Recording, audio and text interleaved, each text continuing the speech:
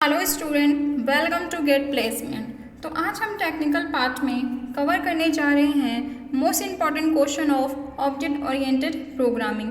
ये बहुत ही ज़्यादा इम्पॉर्टेंट सब्जेक्ट है और इस सब्जेक्ट से बहुत ही ज़्यादा क्वेश्चन पूछे जाते हैं प्लेसमेंट में।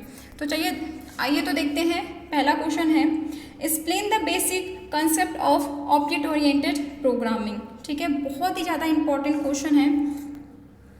तो हमारे पास 5 features of object oriented programming होते हैं। पहला है data abstraction, encapsulation, inheritance, modularity, polymorphism. तो आइए एक एक करके इनको समझते हैं। पहला है इनकैप्सुलेशन। इनकैप्सुलेशन का मतलब क्या होता है कि जब आप डेटा और फंक्शन को सिंगल यूनिट के अंदर डिफाइन करते हो और उस सिंगल यूनिट को हम क्या कहते हैं, क्लास, और इस प्रोसेस को ही हम क्या कहते हैं, इनकैप्सुलेशन। ठीक है, आइए अब इसको हम एक रियल लाइफ एग्जांपल से समझते हैं। सपोज एक कंपनी है और उस कंपनी में अलग अलग डिपार्टमेंट हैं, जैसे कि सेल, अकाउंट, ठीक है, परचेज, प्रोडक्शन। ठीक है, हर एक डिपार्टमेंट क्या कर रही है, अपना डाटा को मेंटेन करके रखने का काम करती है। सपोज यहाँ प्रोडक्शन डिपार्टमेंट को परचेज डिपार्टमेंट से पूछना है कि लास्ट ईयर में कितना रॉ मटेरियल परचेस किया गया था, तो वो डायरेक्टली एक्सेस नहीं कर सकता। उसको पहले परचेस से क्या करना पड़ेगा, रिक्वेस्ट भेजना पड़ेगा, तभी वो उसको एक्सेस कर सकता है। ठीक है, तो इनकैप्सुलेशन मतलब बेसिकली क्या हुआ, डेटा और मेंबर फंक्शन को आप सिंगल यूनिट के अंदर ही डिफाइन कर रहे हो। ठीक है, चलिए अब इसका देखते हैं कि इनकैप्सुलेशन का इम्प्लीमेंट कैसे किया जाता है प्रोग्राम में। ठीक है, आप हमेशा C++ के प्रोग्राम लिखते हैं तो क्लास डिफाइन करते हो, तो आप जो क्लास डिफाइन करते हो वही एग्जांपल है इनकैप्सुलेशन का, क्योंकि क्लास में आप क्या लिखते हो, डेटा एंड मेंबर फंक्शन। ठीक है, तो उसी हम टेम्पलेट को क्या बोलते हैं, इनकैप्सुलेशन। क्योंकि ऐसा बहुत बार क्वेश्चन आया है कि आपको प्रोग्राम दिखा दिया जाता है, बोलते हैं कि इनकैप्सुलेशन का यूज़ कहाँ हो रहा है पूरे कोड में, तो जहाँ क्लास डिफाइन है उसी को हम क्या बोलेंगे, वही पार्ट क्या है, इनकैप्सुलेशन को शो करता है कोडिंग में। ठीक है, चलिए देखते हैं नेक्स्ट कंसेप्ट। नेक्स्ट है डेटा एब्स्ट्रैक्शन। डेटा एब्स्ट्रैक्शन का मतलब क्या है कि यूज़र को सिर्फ इम्पॉर्टेंट फीचर ही दिखाने हैं, पूरी की पूरी बैकग्राउंड डिटेल नहीं देनी है। इसका आप देखो रियल लाइफ एग्जांपल देखते हैं कि जब आप कार ड्राइविंग करते हो तो आपको सिर्फ क्या पता है कि कैसे ब्रेक लगाना है, कैसे कार को ड्राइव किया जाता है। आप कभी भी ये नहीं सीखते हो कि उसका मैन्युफैक्चरिंग कैसे किया गया है, उसकी वायरिंग कैसी है, मोटर का मैन्युफैक्चरिंग कैसे किया गया है। आपको इन सब चीज़ों से कोई मतलब नहीं होता है। ठीक है, तो इसी को हम क्या कहते हैं, डेटा एब्स्ट्रैक्शन। अब आइए देखते हैं कि डेटा एब्स्ट्रैक्शन का यूज़ प्रोग्रामिंग में कैसे किया जाता है। ठीक है, तो जब भी आप क्लास डिफाइन करते हैं तो आप उसमें एक्सेस मोड डिफाइन करते हैं, जैसे पब्लिक, प्राइवेट, प्रोटेक्टेड। ठीक है, तो यहाँ से पब्लिक से हमें ये पता चलता है कि पब्लिक के अंदर डिफाइन किए गए डेटा आउटसाइड वर्ल्ड को क्या है, अवेलेबल है। ठीक है, वो उनको क्या कर सकते हैं, एक्सेस कर सकते हैं। जबकि जो प्राइवेट के अंदर क्या होता है कि प्राइवेट विद इन के आउटसाइड अवेलेबल नहीं होते, इनका एक्सेस सिर्फ विद इन द क्लास किया जाता है। ठीक है, प्रोटेक्टेड का मतलब क्या होता है कि ये इसका यूज़ कब किया जाता है, इनहेरिटेंस में। जो क्लास इनहेरिट होती है वो बेस क्लास के डेटा को क्या कर सकती है, यूज़ कर सकती है। ठीक है, तो इस एक्सेस मोड के थ्रू हम क्या कर सकते हैं, डेटा एब्स्ट्रैक्शन का यूज़ किया जाता है। ठीक है, चलिए नेक्स्ट देखते हैं इनहेरिटेंस।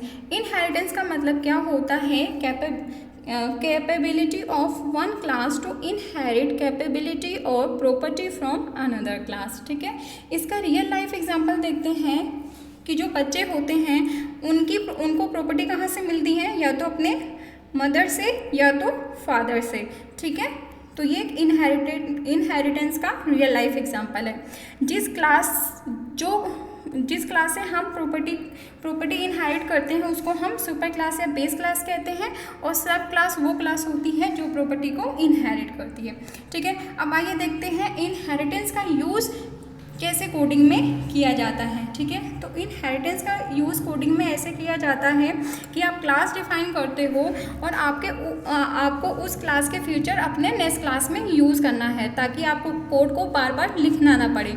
ठीक है, तो तो देखिए आपको इसका सिंटैक्स पता होना चाहिए कि कैसे हम इनहेरिट करते हैं। तो इनहेरिट करने के लिए सबसे पहले आपको क्या लिखना होता है, क्लास कीवर्ड, देन आपके सब क्लास का नाम, ठीक है, देन यहाँ पे एक्सेस मोड, देन उसके बाद आप कौन सी बेस क्लास से आप उसको इनहेरिट कर रहे हैं, ठीक है। तो चलिए देखते हैं नेक्स्ट कंसेप्ट। नेक्स्ट है मॉड्यूलैरिटी। मॉड्यूलैरिटी का मतलब क्या होता है कि एक बिग प्रोग्राम को छोटे छोटे मॉड्यूल्स में डिवाइड करना, ताकि वो बहुत ज़्यादा क्या उनकी कॉम्प्लेक्सिटी को क्या कर सकें, हम डिक्रीज़ कर सकें, ठीक है। इसका रियल लाइफ एग्जांपल लेते हैं। जैसे कि आपके पास म्यूजिक सिस्टम होता है, तो म्यूजिक सिस्टम में क्या होता है कि आपके पास स्पीकर भी होता है, ठीक है, टेप रिकॉर्डर भी होता है। तो ये सब क्या है, अपने आप में क्या है, कंप्लीट पार्ट है, लेकिन ये किसके सब पार्ट माने जाते हैं, म्यूजिक सिस्टम के, ठीक है। आइए हम मॉड्यूलरिटी का यूज़ देखते हैं कि इसका यूज़ कोडिंग में कैसे किया जाता है, ठीक है। तो जब आप कोई भी एप्लीकेशन डेवलप करते हैं तो उस एप्लीकेशन में जब आप प्रोग्राम लिखते हैं तो उसमें 100 या 1000 से भी ज़्यादा क्या होती हैं, क्लासेस होती हैं। तो आप क्या करते हो, डिफरेंट कंपाइलर फाइल जनरेट कर लेते हो और फिर उनको क्या करते हो, जिस भी प्रोग्राम में ज़रूरत है आप उसमें क्या कर सकते हो, उसको पैकेज या हेडर फाइल के थ्रू क्या कर लेते हो, ऐड कर लेते हो, ठीक है। तो इस प्रोग्राम में भी हमने ऐसे किया है कि IOStream में लिखे हुए जो भी क्लासेस है आपने क्या किया है, उसको एक्सेस कर लिया है अपने स्टूडेंट नाम की क्लास में, ठीक है। चलिए देखते हैं next and last concept, polymorphism, ठीक है। पॉलीमॉर्फिज्म का मतलब क्या होता है, एक ही चीज़ के बहुत सारे फॉर्म।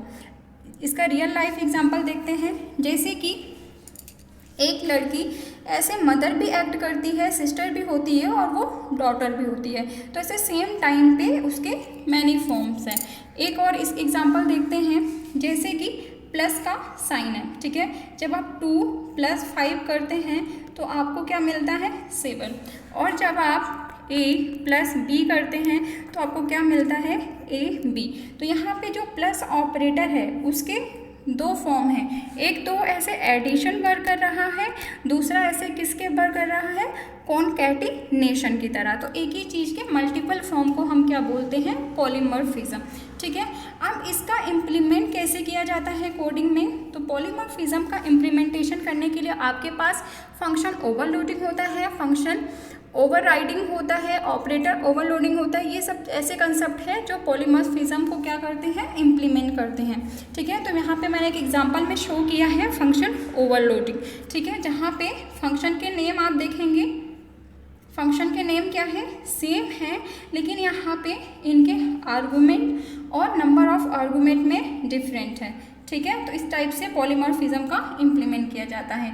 तो आई होप आपको ये क्वेश्चन समझ में आ गया होगा। चलिए देखते हैं next question, what is function overloading. ये भी बहुत ही ज़्यादा क्वेश्चन है, बहुत बार पूछा जाता है, बच्चे बहुत ज़्यादा कंफ्यूज होते हैं कि फंक्शन ओवरलोडिंग होता क्या है, ठीक है। फंक्शन ओवरलोडिंग का मतलब क्या है कि आपके पास मल्टीपल फंक्शन है और हर एक फंक्शन का नेम सेम है, ठीक है, वो डिफरेंट किस में है, नंबर ऑफ आर्गूमेंट में और टाइप ऑफ आर्गूमेंट में, ठीक है। अब देखिए इसका एग्जाम्पल देखते हैं हम लोग, ठीक है। मैंने बहुत सारे एग्जाम्पल लिए हैं ताकि आपको अच्छे से कंसेप्ट क्लियर हो, ठीक है।